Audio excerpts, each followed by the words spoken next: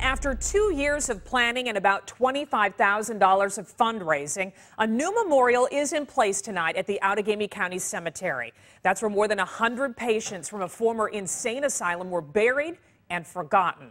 NBC 26's Eric Kress shows us the new tribute.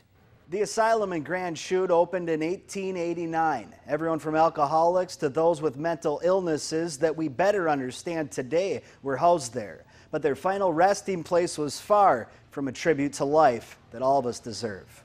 For decades, the Outagamie County Cemetery was neglected and overgrown. The cemetery where my great-grandfather is buried. Most had no idea who was put to rest here. And we didn't find out where he was buried until 2012. But today, after years of work, 133 people who were buried here are being remembered, honored, and put to rest with the support of this community.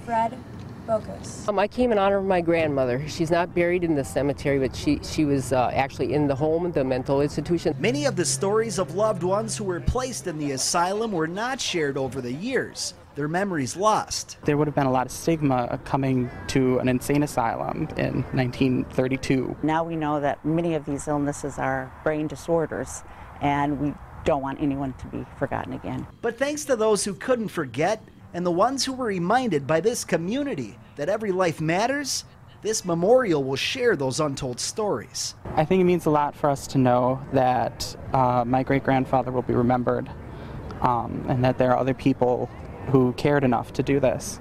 It just made me feel closer to my grandmother to see that there, even though she's not buried here. It's just that it's a sad thing to be forgotten. The Friends of the Outagamie County Cemetery continue to raise funds for the upkeep of the memorial, a beautiful dedication to a generation from our community almost lost.